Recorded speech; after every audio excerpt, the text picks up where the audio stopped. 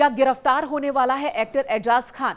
एजाज खान को एनसीडब्ल्यू की ओर से समन जारी किया गया है। समन की वो कॉपी मेरे पास इस वक्त हाथ में है। इस समन में क्या लिखा है ये मैं आपको बताऊंगी, लेकिन उससे पहले एक बड़ा सवाल कि आखिर ओटीटी प्लेटफॉर्म्स पर लगाम कब लग सकेगी?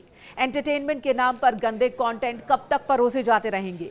समय रैना का विवाद अभी थमा नहीं कि एक नया और उससे ज्यादा भद्दा मामला सामने आया है।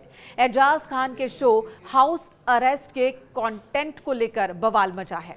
इस शो का एक एपिसोड जो कि यूट्यूब पर भी मौजूद है, उसे आप घर में बच्चों के साथ नहीं देख सकते। आरोप है कि इस शो के कॉन्टेस्टेंट से एजाज घटिया डिमांड करते हैं और लड़के लड़कियां उनकी मांग को पूरा भी करते हैं।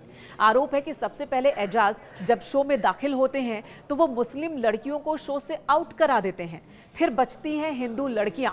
गंभीर आरोप लगाए जा रहे हैं। कहा यह जा रहा है कि हिंदू लड़कियों से एजाज घटिया डिमांड करते हैं, उनसे कपड़े उतारने को कहते हैं बारी बारी से अलग अलग लड़कियों से, और लड़कियां ऐसा करती भी हैं। ऑन एयर ये शो मौजूद है ओटीटी प्लेटफॉर्म पर और यूट्यूब पर भी इसका एक हिस्सा वायरल हो रहा है। एजाज उनसे अलग अलग गंदे पोज देने को कहते हैं और घर के सदस्य ऐसा करते भी हैं। शो के इस एपिसोड पर अब बवाल मचा है। शो बंद किए जाने की मांग हो रही है, ऐप को बंद किए जाने की मांग हो रही है और ये भी डिमांड हो रही है कि आखिर ऑल्ट बालाजी और उल्लू जैसे ऐप पर अब तक रोक क्यों नहीं लगी है, जबकि बीते साल सुप्रीम कोर्ट ने घटिया कंटेंट की वजह से ऐसे ही 18 ओटीटी चैनल्स को और ऐप्स को बंद कर दिया था। फिर ये दोनों ऐप क्यों मौजूद है अब भी? क्यों ये घटिया सामग्री हमारे समाज में परोस रहे हैं?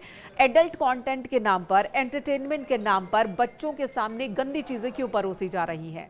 उधर शो से जब विवाद जुड़ गया तो शो की ही एक एक्ट्रेस है, वो कह रही है कि ये पूरा विवाद बेवजह है, ये सिर्फ एक एंटरटेनमेंट शो है और इसे एंटरटेनमेंट शो की तरह ही लिया जाना चाहिए। यहाँ पर लोग ज्ञान की बातें क्यों जानना चाहते हैं, देखना चाहते हैं। वो ये भी कह रही है कि छोटे छोटे शहरों से लोग बाहर आए हैं, कुछ करना चाहते हैं, तो बड़े लोगों को ये बात पसंद नहीं आ रही है। इस पूरे मामले को वो ऐसा मोड़ देती हुई नजर आ रही हैं। लेकिन सवाल है कि ये तमाम जो दलीलें दी जा रही हैं ये कहीं नहीं ठहरती हैं। एनसीडब्ल्यू ने अब इस पूरे मामले का संज्ञान लिया है। एनसीडब्ल्यू ने बाकायदा उल्लू ऐप के सीईओ को और एजाज जिन्होंने शो को होस्ट किया उन्हें समन जारी किया है। उनके खिलाफ कार्रवाई की जाएगी, उनके खिलाफ केसेस दर्ज होंगे।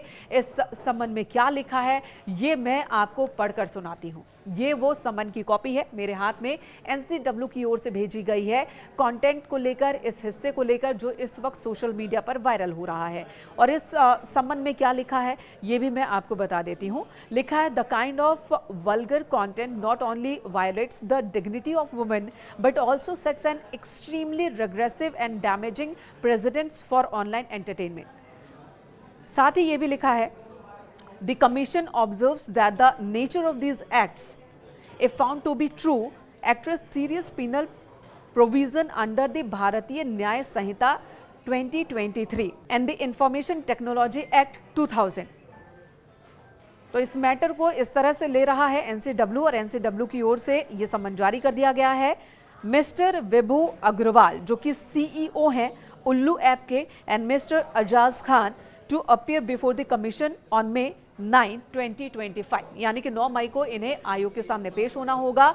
और ये जो मामला है अब बहुत ही गंभीर होता दिख रहा है। इन दोनों के खिलाफ एफआईआर दर्ज किए जाने की मांग हो रही है अलग अलग धाराओं में, और मुमकिन है कि इनकी गिरफ्तारी भी हो।